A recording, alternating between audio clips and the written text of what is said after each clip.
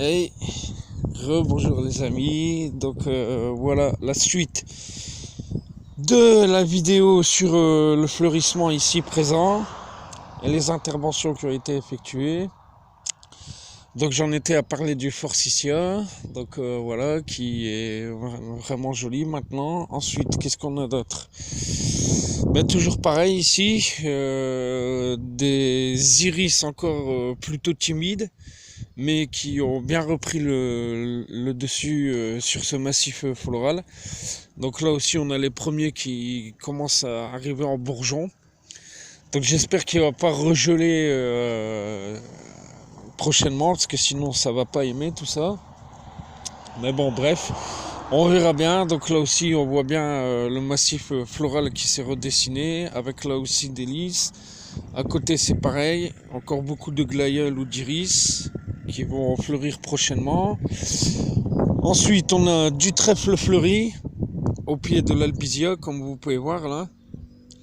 Donc celui-là il est plutôt magnifique, il fait une multitude de petites fleurs roses comme celle-là. Je vais vous montrer ça. Voilà.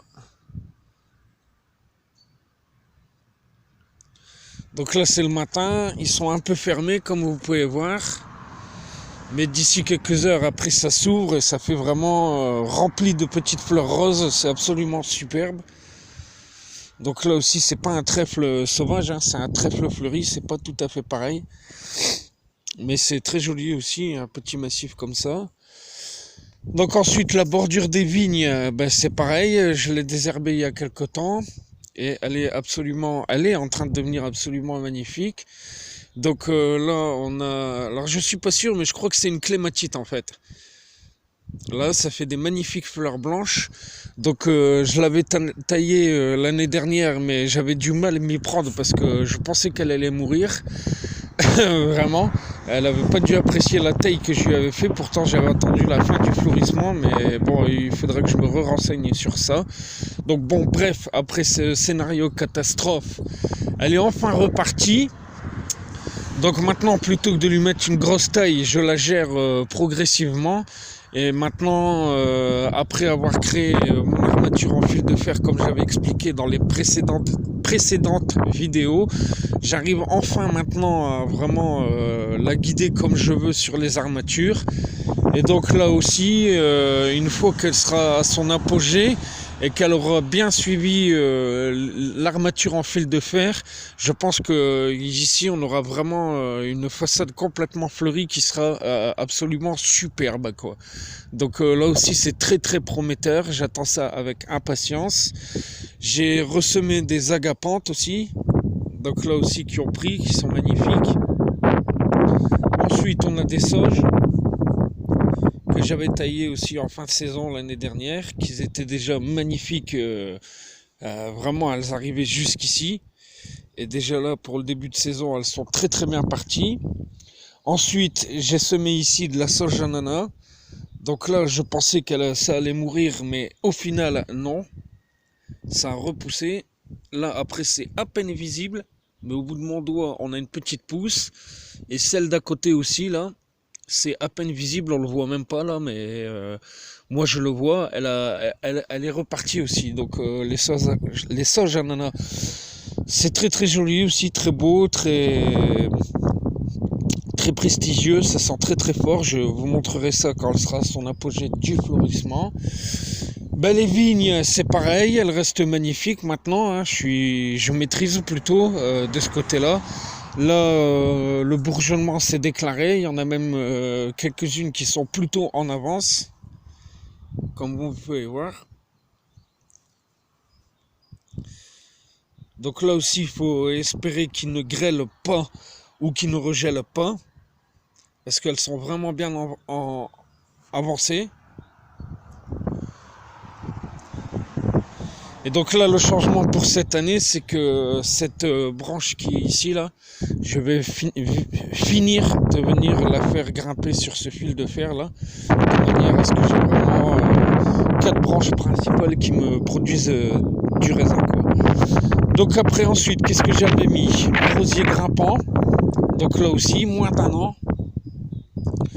que j'avais récupéré au niveau des lapins mâles, qu'on va aller voir après. Donc là aussi, quand je l'ai planté, c'était en fin de saison. Il a mis vraiment longtemps à s'adapter avant de démarrer. Et là, résultat au début du printemps, il fait déjà plus d'1 mètre, quoi. Donc ça, c'est assez balèze aussi. Il est vraiment à sa place maintenant. Donc il va venir aussi grimper le long des fils de fer et de l'armature que j'ai mis en place. Et donc je pense que là aussi on va avoir au fleurissement cette année un résultat extraordinaire qui va venir vraiment agrémenter la façade niveau floraison, hein, comme vous pouvez voir, hein, en suivant toute l'armature de fil. Et je pense que ça va être superbe quoi, hein, une fois qu'il aura rejoint la clématite qui est là. Vous voyez, c'est vraiment fait exprès. Je pense que ça va être absolument superbe. Ça sera vraiment tellement joli ici je pense que tous ceux qui passeront devant la route, ils pourront voir que ça, quoi. Parce que vraiment, ça va grimper jusqu'en haut. Donc lui, c'est plutôt pas mal aussi. Donc ensuite, quand j'ai mis une lavande, donc ça c'est pareil, hein, c'est un peu emblématique, un peu typique du sud. Donc là aussi, quand je l'avais mis, elle avait montré aucun signe vigoureux. Et puis là, surprise, quand j'ai désherbé, en fait, elle m'avait bien fait des repousses. Donc ça veut dire que ça y est, elle s'est adaptée. Elle se plaît à l'endroit où je l'ai mis. Bon, après, c'est un peu normal, vu qu'il faut plein soleil. Hein, mais c'est vrai que moi, quand je l'avais mis, elle montrait aucune... elle montrait vraiment pas de vigueur, quoi. Alors que là, ça y est, elle est partie. Alors ensuite, qu'est-ce qu'on a? On a du chèvrefeuille. Donc là aussi, le chèvrefeuille, c'est une plante grimpante qui est très très jolie. Donc là, c'est pareil. C'est elle qui a mis le plus longtemps à s'adapter ici. Donc le chèvrefeuille, en plus celui-là, c'est un sauvage. C'est pas un qu'on achète au magasin, c'est un que j'avais récupéré dans les bois. Donc les bois, c'est plutôt ombragé, frais et humide, avec une terre un peu hyper concentrée, hyper riche. J'en avais récupéré 3-4 pieds. Sur les 3-4 pieds, il n'y en a que 2 qui ont survécu. Les 2 ont mis hyper longtemps à s'adapter à ici. Et au final, cette année, pareil, surprise. Il s'est vraiment hyper épanoui. Après 2 ans d'attente quand même, c'est long quoi. Et puis là, cette année, je crois qu'il est enfin parti, enfin acclimaté. Et si tout va bien, lui aussi, il va venir grimper le long des armatures, je l'espère, pour un fleurissement et un épanouissement total. Donc, affaire à suivre, je vous le ferai savoir. Mais là, c'est vrai qu'il est vraiment joli. Ensuite, une autre sauge arbustive, hein, hyper importante pour la pollinisation et les petites abeilles. Ensuite, un autre chèvrefeuille qui s'est enfin décidé à grandir. Et pour finir, une autre sauge arbustive. Et là, une partie à désherber. Et après, là, c'est des travaux qu'il y a eu. On a eu un problème d'eau sur le compteur. Enfin bref, voilà un peu pour la façade, ce qu'on voit devant chez nous. Ensuite, on va se diriger à la porcherie, où là aussi j'ai pas mal de choses à vous montrer, notamment au coin de la rue, au coin de la propriété, pardon, en façade aussi. Donc là aussi, j'avais le côté de la porcherie qui était complètement abandonné, mal entretenu. J'ai taillé, j'ai remis en état, sur les conseils des jardins de la Symbiose, j'ai déposé la litière de mes cochons successivement au coin de mon muret, déjà parce que j'avais un affaissement à cet endroit-là. Et puis pour venir enrichir la terre et les arbres fleuris qu'il y avait. Donc là aussi, on a les pommiers du Japon qui sont devenus magnifiques maintenant. Ils sont à peine visibles, là, c'est les petites fleurs rouges qu'on voit. Le lilas, qui est un peu plus, avec une note un peu plus pâle que l'autre, là. Donc là aussi, c'est pareil, c'était un coin recouvert de ronces, recouvert de lierre. C'était vraiment étouffé, complètement étouffé, pas aéré. Et donc là aussi, bon, bah, après nettoyage, l'enlèvement des ronces, l'enlèvement du lierre, l'aération de l'arbre, la taille de l'arbre, il a enfin montré des signes de bonne santé. Et donc là, au fleurissement cette année, bah, il est magnifique, comme vous pouvez voir, avec une note quand même plus claire comparée au premier que je vous ai montré, quoi. Un lilas un peu plus pâle, mais qui sent vraiment... ouais, il sent vraiment super bon, quoi. Donc ça, c'est une bonne nouvelle aussi. Ensuite, on va se diriger à la porcherie, où là aussi, il y a eu pas mal d'interventions au niveau du nettoyage et de la taille.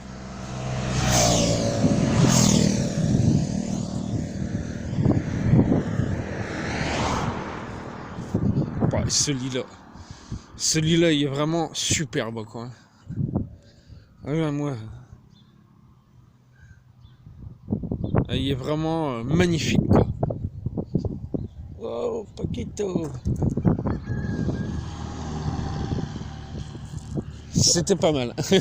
Ah ouais, il doit y avoir un rassemblement de vieilles voitures. Excellent. Ça fait plaisir, cette petite surprise comme ça.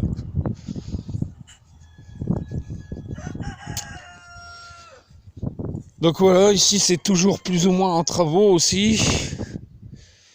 On voit, hein, voilà. Donc là aussi, le rosier que j'avais taillé, qui est devenu magnifique maintenant, que j'ai redirigé comme je le voulais, et qui vient se poser sur le haut des clôtures, qui lui aussi promet un florissement magnifique. Donc là aussi, grosse intervention, taille, nettoyage, aération. Je l'ai repassé comme moi je le voulais. Et puis ben résultat, voilà, encore une fois, c'est sans appel. Les interventions que j'ai faites ont été vraiment bénéfiques et ont vraiment fait du bien à tout ce jardin fleuri qui en avait beaucoup besoin. Donc là aussi, je ne me souviens plus de ce nom-là. Mais c'est toujours pareil, après un gros nettoyage et de l'entretien successif, ce buisson fleuri s'est multiplié et m'a fait des repousses absolument partout. Donc c'est pour ça que je ne peux plus tondre à son pied. Donc voilà, comme par exemple celle-ci là. Et ensuite, je ne sais pas si on va le voir, mais la petite surprise, donc là aussi c'est pareil, il y avait un camélia que j'ai retiré. Donc forcément ça a fait du bien à ce buisson fleuri et il m'a fait des pousses partout. Donc on en trouve ici, on en trouve ici, on en trouve ici, on en trouve une autre ici. Enfin donc vraiment il commence à s'épanouir et s'élargir. Et je pense qu'au fur et à mesure du temps, quoi, il va venir vraiment remplir tout ce coin-là. Et ça va être vraiment superbe. Parce que là aussi, on a des jeux de couleurs. Lui, il est jaune et le rosier est rose. Donc rose et jaune, ça va plutôt bien ensemble. Donc après, bon, de la kilidoine en pagaille. La kilidoine que je laisse s'épanouir parce que c'est une plante qu'on a toujours besoin pour les verrues. Donc renseignez-vous sur internet, vous verrez, c'est vrai, hein. Je raconte pas des conneries. Donc je la laisse, en plus c'est sympa, ça fait des petites fleurs jaunes. Voilà, alors après ensuite, toujours pareil, dans la récup. Alors le nom, je ne sais pas trop comment ça s'appelle. Il y en a qui vont appeler ça des oreilles de lapin ou autre. Moi je ne sais pas le nom scientifique. Ce que je sais, c'est que ça fait de très grandes tiges avec des fleurs violettes. Et c'est tout velu dessus. Donc là aussi, c'est une récup que j'avais fait, que j'ai planté en fin de saison dernière, après les grosses chaleurs. Et ben, cette année, surprise, explosion. Il a repris, il a bien démarré, bien entamé sa croissance. Et je pense que le florissement sera magnifique aussi. Ça fait vraiment des très grandes tiges remplies de fleurs violettes. Donc là aussi, je ne manquerai pas de vous faire un petit visuel sur ça. Donc voilà, bon, il y a tellement de choses à vous montrer les amis, c'est pas facile quoi. Donc ensuite, mon lilas blanc ici. Donc là pareil, taille et nettoyage successifs. Et en l'espace de moins d'un an, explosion, ça lui a fait vraiment beaucoup de bien, ça a été bénéfique. Et on a un lilas maintenant qui est vraiment superbe, rempli de fleurs. Épanouissement aussi pour ce lilas, à qui ça fait vraiment beaucoup de bien d'être nettoyé. Un autre ici. Donc celui-là, souvenez-vous, c'est celui où j'ai fait la vidéo avec l'essaim d'abeilles dedans. Donc là aussi, nettoyage, taille, et en moins d'un an, explosion, multiplication, épanouissement floral, c'est absolument superbe. Et l'odeur est terrible, quoi. Vraiment des grappes fournies en fleurs, c'est impressionnant, quoi. Un lilas plus que magnifique et une odeur hyper persistante, hyper tenace. C'est que du régal, quoi, que du bonheur. Il est absolument superbe, quoi.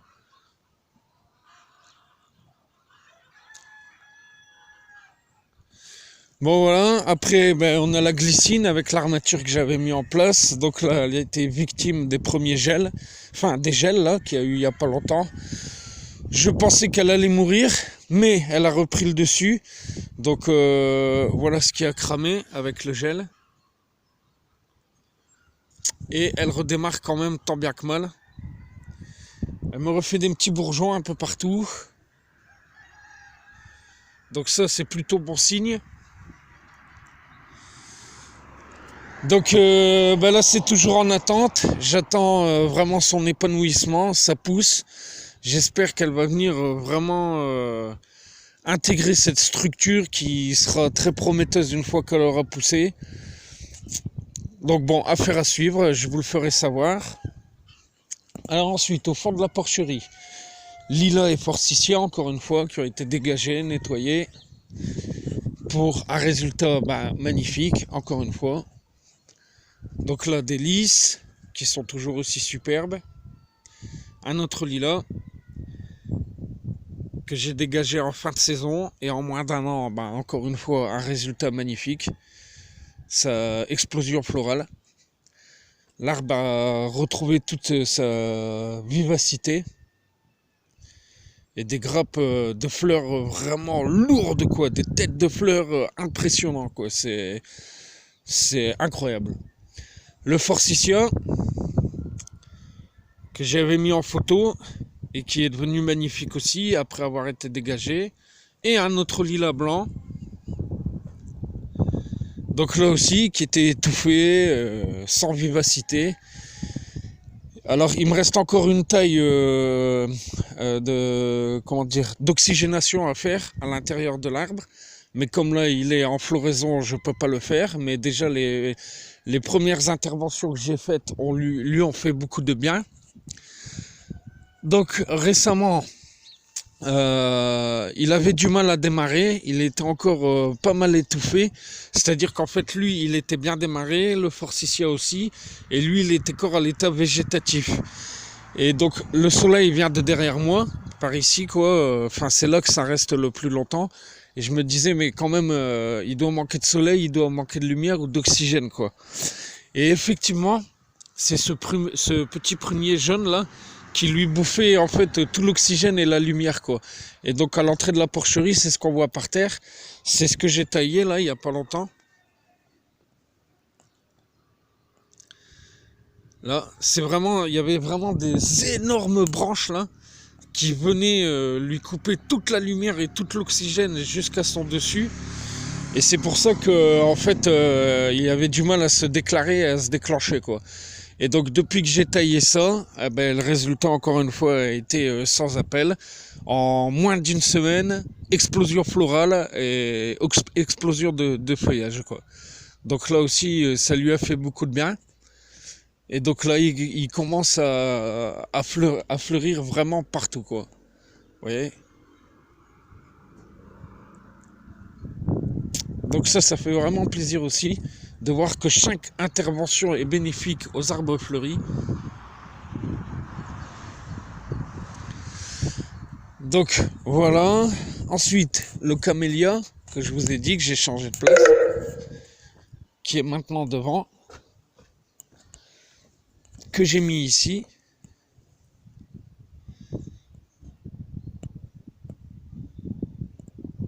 Et donc lui maintenant, le principe de l'avoir mis là, c'est qu'il prend le soleil jusqu'à midi, 1h, pas tout à fait, et toute l'après-midi pendant les fortes chaleurs, il reste à l'ombre. Donc c'est vraiment des bourdons noirs aussi magnifiques. Enfin bon. Donc c'est vraiment l'acclimatation et l'endroit qu'il lui faut pour un épanouissement total au camélia. Donc il avait pas mal galéré. Mais là, maintenant, il est vraiment à sa place et je pense que il va reprendre le dessus, il sera vraiment superbe. Donc, il est au soleil le matin, à l'ombre l'après-midi, il est à l'abri du gel, à l'abri du vent. Et donc, je pense que, alors peut-être pas cette année, mais l'année prochaine, il sera rempli de fleurs, quoi. Toujours là, il a repris le dessus. Donc ça fait plaisir. Donc voilà pour ce camélia qui est à la place vraiment recommandée pour lui. Et on va essayer de finir sur, avec la batterie qui me reste, sur la partie des clapiers à lapin.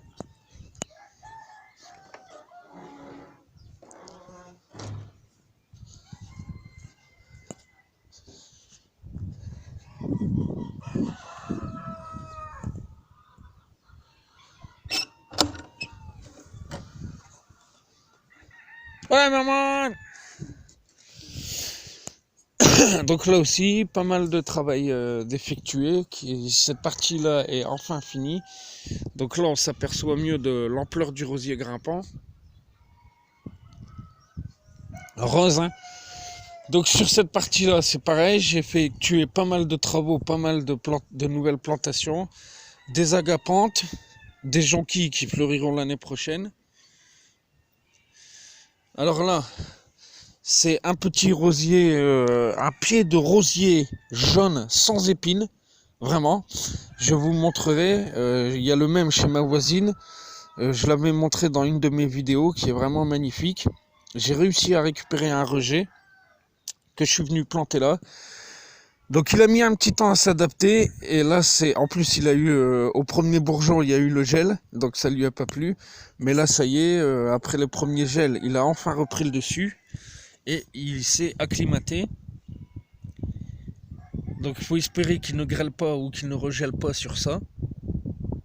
Et donc si là lui aussi il grimpe et qu'il s'adapte vraiment définitivement à ici, il viendra agrémenter cette clôture et on aura un rosier jaune donc ici avec un autre rosier rose là-bas plus l'autre rosier grimpant dont là aussi j'ai mis en place une structure pour accueillir les pousses. Donc c'est le même type de rosier que j'ai mis côté vigne. De toute façon le rosier côté vigne c'est ici que je l'ai sorti. Donc là aussi il a mis un petit temps à s'adapter et en moins d'1 an, on a déjà une pousse qui est assez, qui commence à s'approcher des 1 mètre tout doucement. Donc là aussi, une fois qu'il sera venu s'accrocher à la structure, je pense qu'on aura un résultat très très prometteur. Donc on le voit pas trop bien parce que c'est pas mal vert. Mais en fait, il est vraiment énorme, quoi. Il commence à vraiment bien s'épanouir, quoi. Au pied de ces kilidoines, là. Donc là aussi, on aura un jeu de couleur au résultat, au final. Donc on aura la kilidoine jaune à la base. Le rosier rose grimpant un peu plus haut. Et à côté, les hortensias bleues. Donc voilà. Ensuite... sur cette partie-là, c'est pareil. Donc à la base, là, ici, on avait les clapiers que j'avais mis en place pendant pas mal de temps, qu'on a enlevé. Donc là, c'est pareil. J'ai retourné la terre, désherbé. Je suis venu installer une structure pour y recevoir un rosier grimpant rose, encore une fois. Donc là aussi, En l'espace de quelques mois, on a un rosier grimpant qui s'est vraiment bien adapté à cette structure. Pour une pousse qui atteint les 1 mètre maintenant, quoi. Plus, là aussi, encore une fois, les petits buissons comme ceux qu'on a devant, que je suis venu placer ici pour avoir une clôture végétative, on va dire, végétale, pardon. Donc là aussi, quand elles seront à leur épanouissement, ces petits pieds, on viendra venir faire soit des formes de boules ou une petite forme assez sympa, bien touffue, bien épaisse, qui fera office de clôture, quoi. Donc là aussi, ça fait des petites fleurs et boules roses assez sympas, avec des petites feuilles assez sympas, vert, rouge, rose un peu, c'est très très joli. Donc là, lui aussi, hein, il s'y plaît vraiment beaucoup. En l'espace de quelques mois, parce que là, je les ai mis là en début de saison, je sais pas, en février, je crois. Et en l'espace de quelques mois, ils ont explosé. Vraiment, c'est le terme. Ils ont été chercher une hauteur et une pousse incroyable. C'est de l'ordre de presque 1 mètre en quelques mois, quoi. C'est assez irréel. Mais c'est hyper prometteur, quoi.